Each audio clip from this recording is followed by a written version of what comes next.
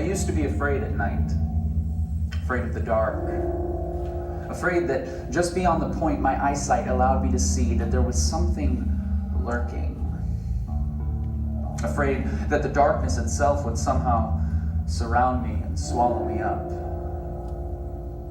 as if darkness were anything more than simply the absence of light.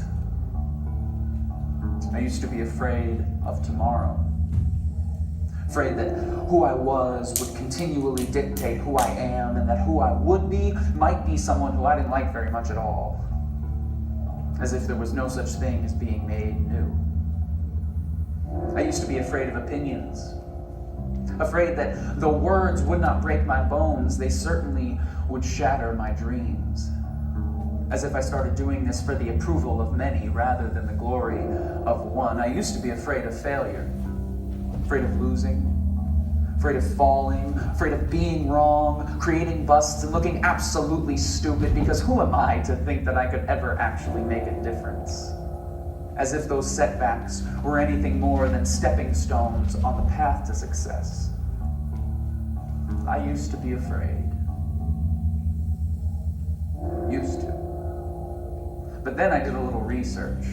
And by that, I mean I researched and I researched and I researched over and over again. And through all my researching, I kept coming up with the same exact question. What room does fear have? What room does fear have when I cling to trust? What room does fear have when I lean on hope?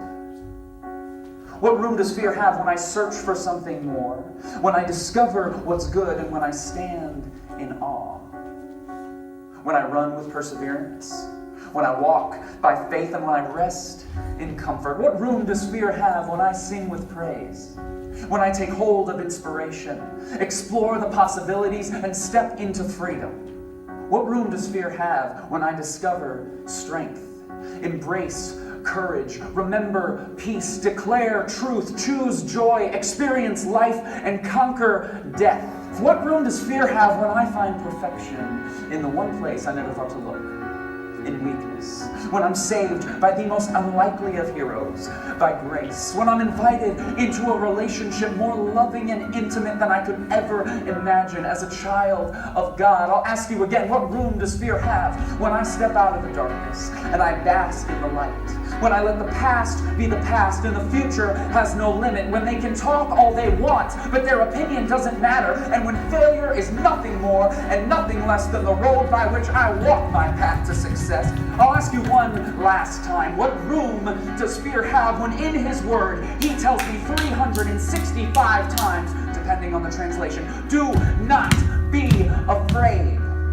As if I needed to hear that every single day. And as if that's how many times I needed to hear it before I finally believed it. What room does fear have